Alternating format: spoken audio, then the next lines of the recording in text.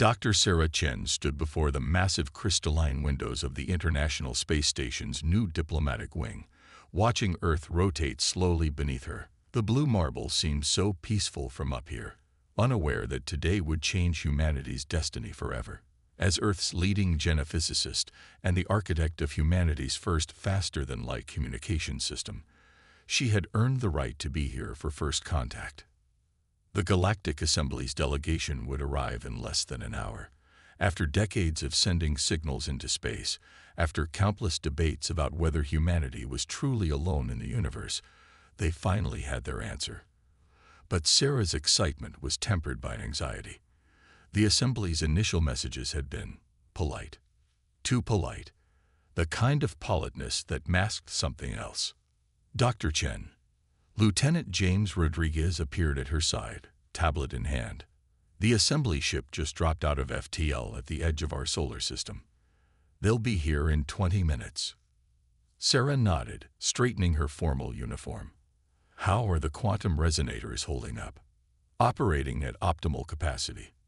Though, Rodriguez hesitated. The energy signatures we're picking up from their ship, they're like nothing we've ever seen. Makes our best tech look like a kid's science project. Then we'll just have to learn fast, won't we?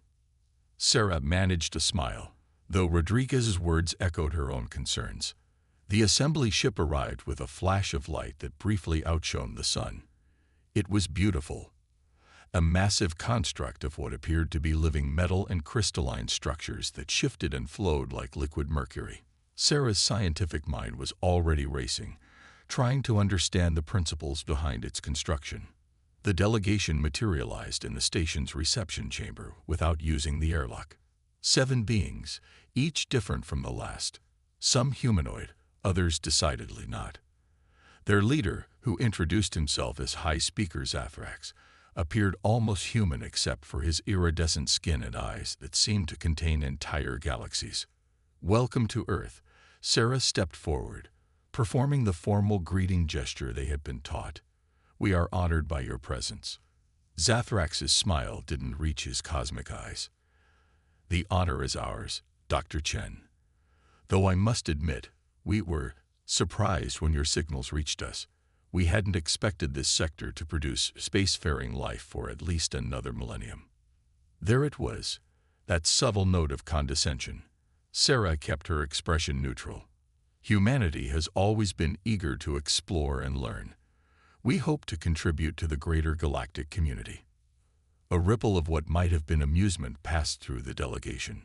One of the other beings, a floating collection of geometric shapes that pulsed with internal light, moved forward. Contribute. Please understand, Dr. Chen, while your achievements are quaint, you are centuries behind even our most basic technologies.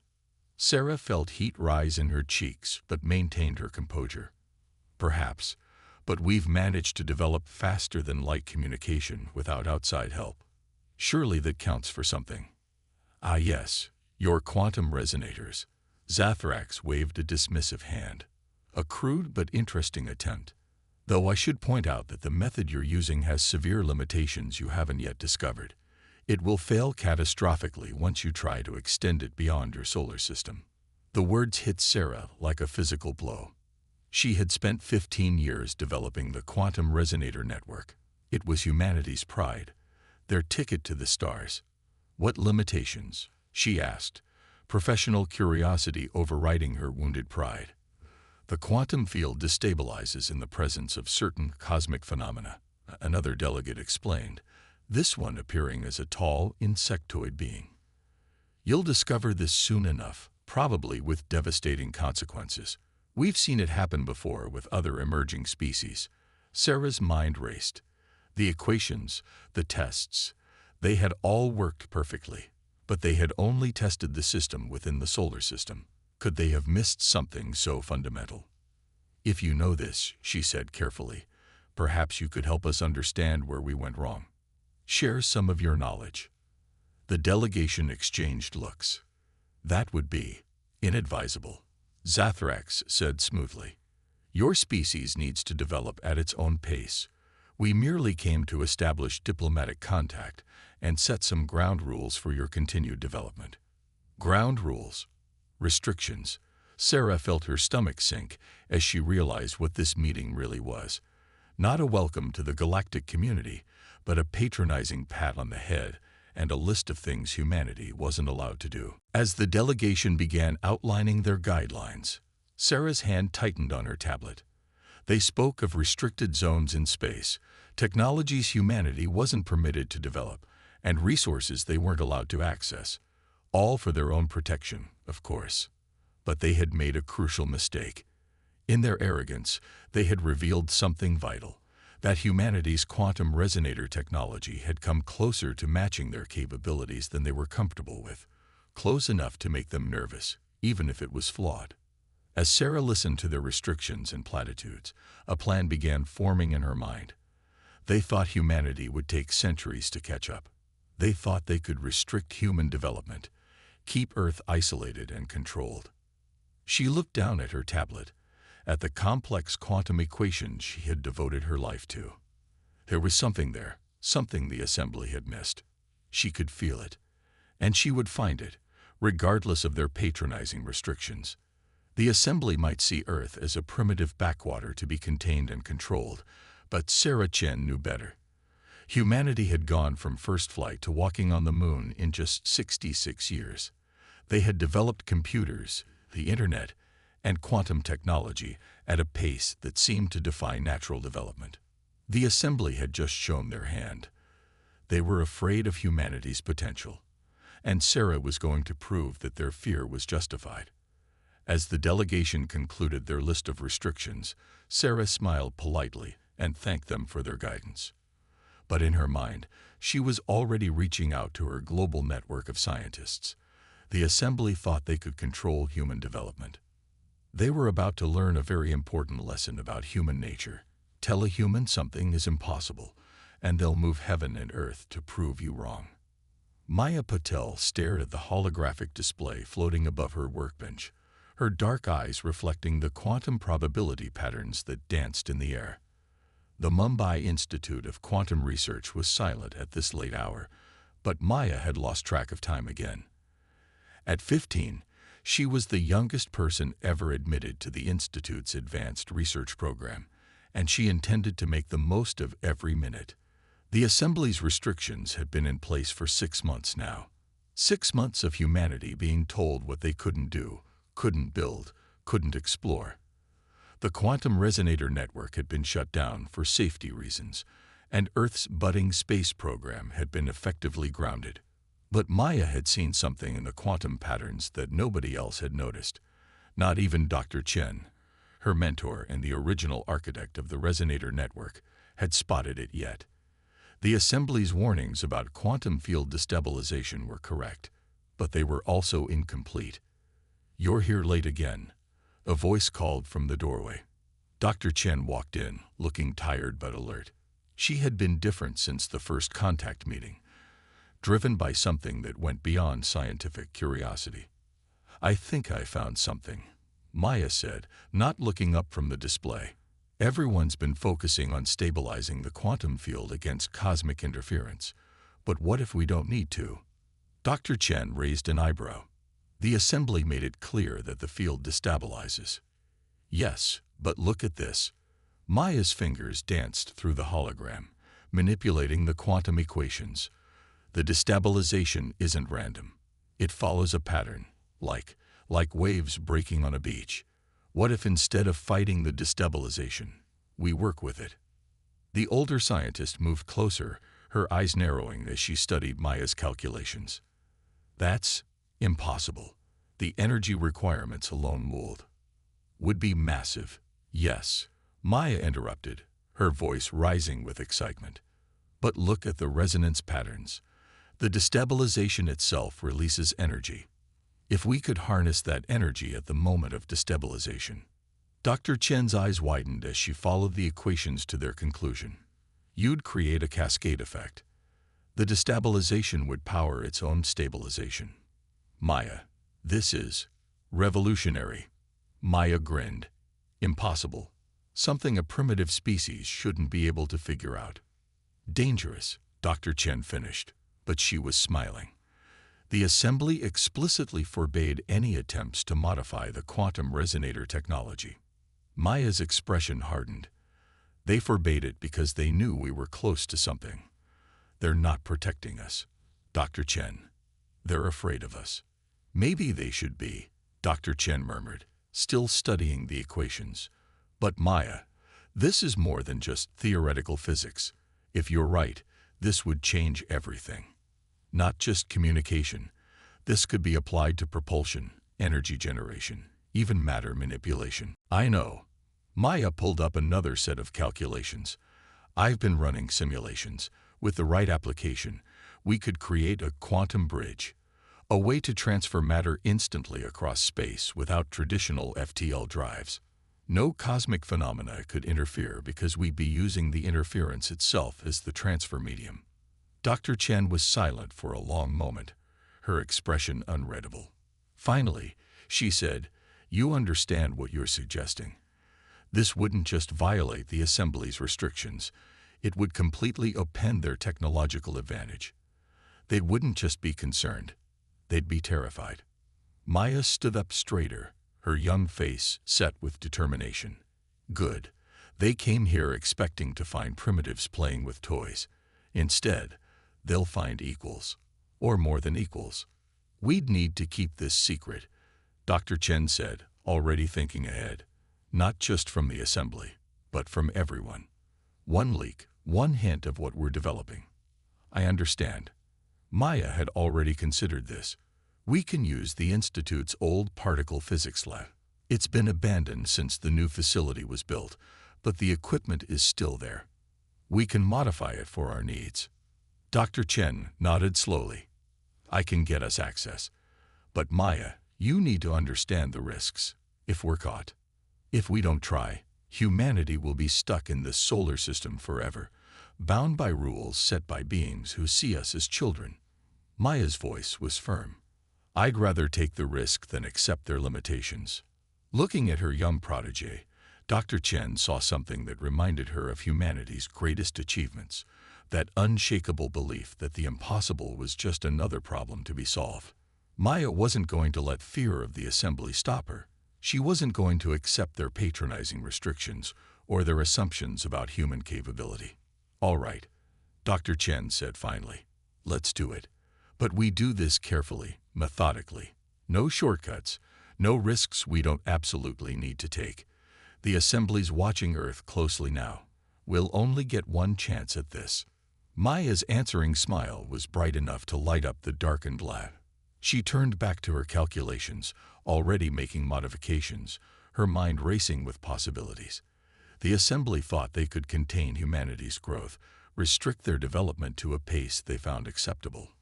They were about to learn that human ingenuity couldn't be contained, and it would be a 15-year-old girl from Mumbai who taught them that lesson.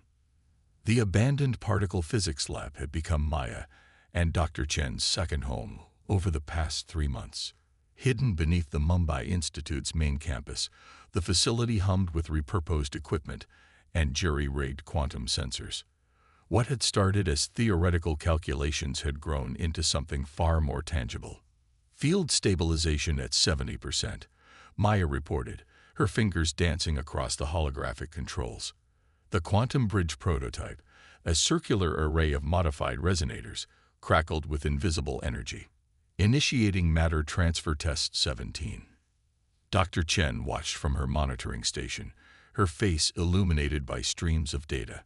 They had already succeeded in transferring subatomic particles across the lab, a feat that would have made headlines if they could publish their results. But today they were attempting something bigger. "Test object in position," Dr. Chen confirmed. A small metal sphere, no larger than a marble, sat in the center of the quantum bridge array. "Maya, are you sure about the containment field? The energy readings are higher than our previous tests." "I'm sure." Maya's voice held the quiet confidence that still surprised Dr. Chen, coming from someone so young. "The containment field actually gets stronger as the quantum destabilization increases. It's counterintuitive, but..." A warning klaxon cut through the air. Red lights flashed across the lab's screens. Energy spike, Dr. Chen called out. The field is. The metal sphere vanished in a flash of blue-white light. For a moment, the air itself seemed to twist, reality bending around the point where the sphere had been. Then, with a soft pop, the sphere reappeared in the receiving array 20 meters away. Perfect molecular stability. Zero energy loss. Instantaneous transfer. Maya's whoop of joy echoed through the lab. It worked. Dr. Chen, it actually worked. She spun in her chair, grinning from ear to ear. The assembly said this was impossible. They said the quantum field couldn't be controlled at this scale. Dr. Chen was already reviewing the test data, her expression a mix of amazement and concern. These readings. Maya, this isn't just a technological breakthrough. This fundamentally changes our understanding of physics. The energy efficiency alone is something the assembly probably thought we wouldn't figure out for centuries. Maya finished. She pulled up a new set of calculations, and this is just the beginning. With these principles, we could scale up the system. Way up. Dr. Chen looked up sharply. Maya, we agreed to take this slowly. The assembly has ships in orbit monitoring everything we do. Maya cut in. I know. But Dr. Chen, we've proven the concept works.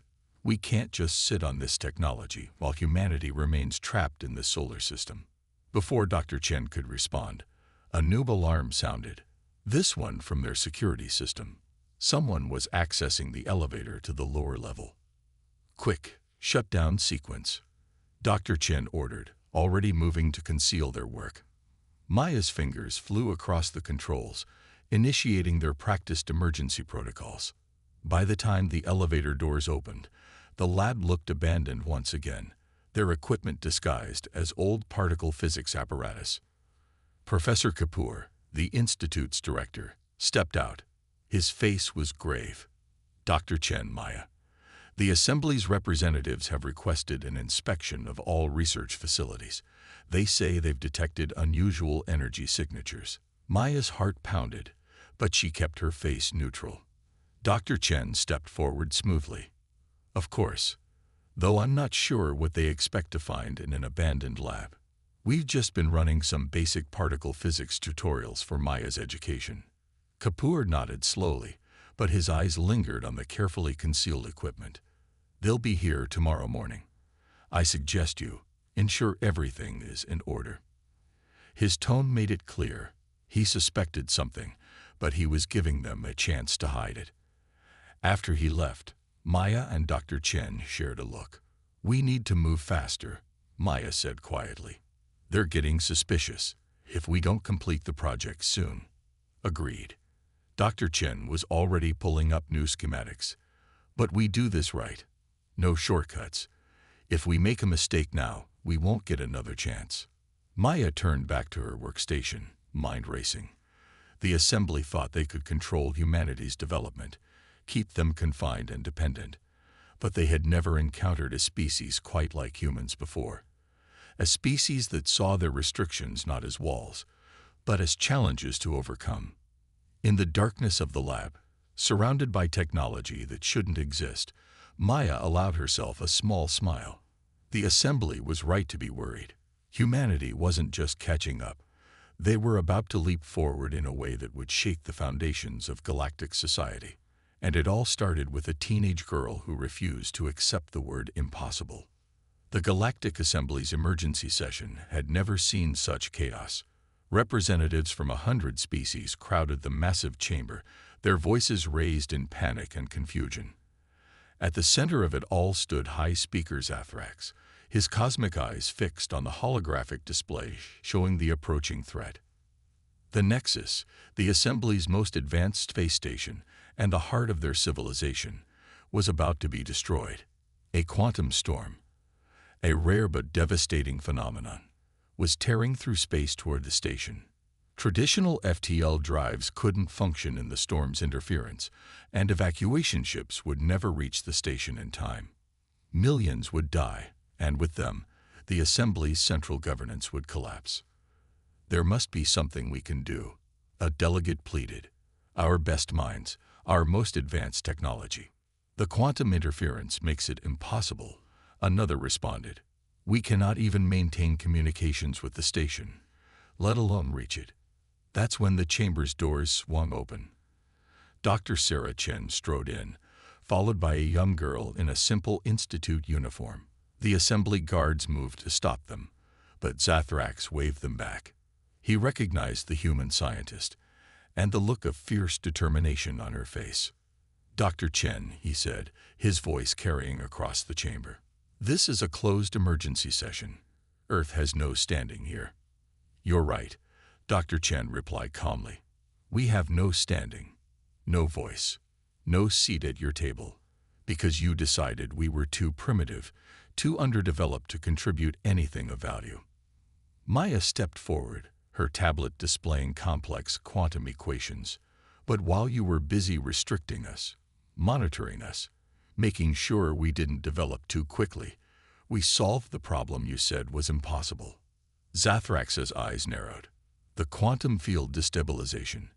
We told you that technology was beyond your capability. You told us wrong. Maya's voice rang with confidence. We didn't just solve the destabilization problem. We turned it into a solution. The chamber erupted in murmurs. Zathrax raised a hand for silence. Explain. Maya connected her tablet to the chamber's main display. Complex equations and schematics filled the air.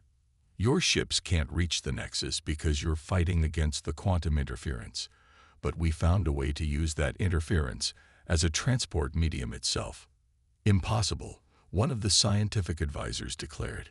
The energy requirements alone are met by harnessing the destabilization cascade. Dr. Chen cut in. We've built a working prototype. We can save your people, if you'll let us. Zathrax studied them both, his cosmic eyes unreadable. If what you're saying is true, why help us, after how we've treated Earth? Because that's what humans do. Maya said simply.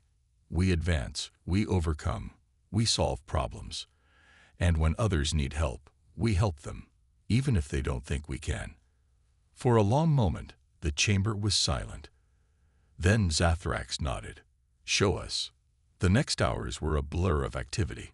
Maya and Dr. Chen's quantum bridge technology was rapidly scaled up, using the assembly's advanced manufacturing capabilities. What had started in a hidden lab beneath Mumbai now took shape in the heart of galactic civilization. As the quantum storm bore down on the Nexus, Maya stood at the control center of the massive quantum bridge array. The assembly's best scientists watched in amazement as she navigated the quantum fields with intuitive ease, using the very forces they had feared to create a stable transfer path. Bridge established, Maya announced, her voice steady despite the enormous pressure. Beginning evacuation. The impossible happened. Through the raging quantum storm, through what the assembly had declared an impenetrable barrier, thousands of beings were transported to safety. The Nexus population emerged unharmed, transferred through a quantum bridge that shouldn't have existed. When it was over, when the last person was saved, and the storm had reduced the empty Nexus to atoms, the assembly chamber was silent again. But this time, it was a silence of awe. Zathrax approached Maya and Dr. Chen slowly. His cosmic eyes had lost their condescending gleam, replaced by something that looked almost like respect. We were wrong, he said, his voice carrying to every corner of the chamber. Wrong about Earth, wrong about humanity's potential. We know, Maya said, allowing herself a small smile. But being wrong isn't the end. It's an opportunity to learn, to grow, to see things differently. Isn't that what advanced civilizations are supposed to do? The assembly representatives looked at each other, then at the young human girl who had just revolutionized their understanding of physics. They had thought themselves the teachers, the guardians of galactic knowledge. Instead, they had become the students, and their education was just beginning. 6 months after the quantum storm crisis, Earth had changed. The Mumbai Institute of Quantum Research, once a quiet academic facility, had become the center of a technological revolution. Scientists from across the galaxy filled its halls, learning from the species they had once dismissed as primitive. Maya stood at her old workbench, now upgraded with technology that seamlessly blended human innovation with alien advancement. Dr. Chen sat nearby, reviewing reports from the dozens of quantum bridge installations being constructed throughout the galaxy. The Andromeda Initiative approved our designs, Dr. Chen announced, looking up from her display. They want to establish a permanent bridge network connecting both galaxies. Maya nodded, still focused on her latest calculations. The Assembly's restrictions are officially gone. More than gone. Dr. Chen smiled. They've created a new position on the Council, Head of Innovation. They want you to take it. Now Maya looked up, her eyes wide. Me? But I'm just the person who revolutionized galactic transportation. Just the teenager who proved that intelligence and innovation can't be measured by a civilization's age. Dr. Chen shook her head. Maya, you didn't just save the Nexus. You changed how the galaxy sees itself. Outside the lab's windows, ships from a dozen alien species moved through Earth's sky, not monitoring or restricting anymore, but learning, trading, collaborating. The quantum bridge technology had done more than advance human civilization. It had forced the galaxy to confront its own prejudices. We're receiving another delegation today, Dr. Chen continued. A species from the galactic core. They'd been watching Earth since the crisis, trying to understand how we developed so quickly. Maya's fingers traced the equations floating in the air before her. They still don't quite get it, do they? It was never about the technology itself. It was about how we think. Explain that to them, Dr. Chen suggested. That's why they want you on the Council. Not just for what you know, but for how you think. The young scientist considered this. The Council position would put her at the heart of galactic development, give her a chance to ensure no other emerging species faced the restrictions Earth had encountered. But more importantly, it would let her show the galaxy a different way of thinking about progress. I'll take it, Maya decided, on one condition. We establish an open learning initiative. Any species, any level of development, gets access to our research. No more artificial restrictions, no more protecting younger civilizations from knowledge. Dr. Chen's smile widened. The Assembly won't like that. The Assembly needs it, Maya countered. Look what happened when they tried to restrict Earth. We developed in secret, took risks we might not have needed to take. But when they finally worked with us openly, we achieved things neither of us could have done alone. She gestured to the quantum bridge schematic floating before them. The design had evolved, incorporating insights from a dozen alien sciences, becoming something greater than its original form. This is how progress should work. Not top-down restriction, but collaborative innovation. A soft chime announced the arrival of the new delegation. Through the lab's windows, Maya could see their ship descending. A beautiful organic-looking vessel that seemed to grow rather than be built. New ideas, new perspectives, new possibilities. Ready to change the galaxy again? Dr. Chen asked, standing. Maya took a deep breath, straightening her institute uniform. The galaxy's already changing. We're just helping it change in the right direction. As they walked to meet the delegation, Maya thought about how far Earth had come.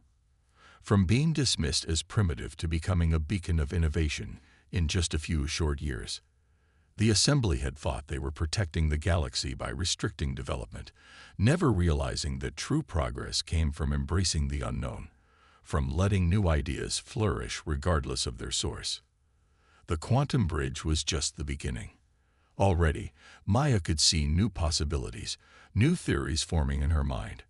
And now, with the combined knowledge of multiple civilizations at humanity's disposal, those theories could become reality faster than anyone had thought possible. The galaxy was entering a new age, one where progress wasn't measured by how old your civilization was, but by how willing you were to learn, to adapt, to see things differently.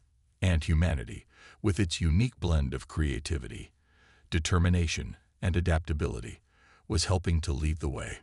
As Maya prepared to greet the new delegation, she smiled.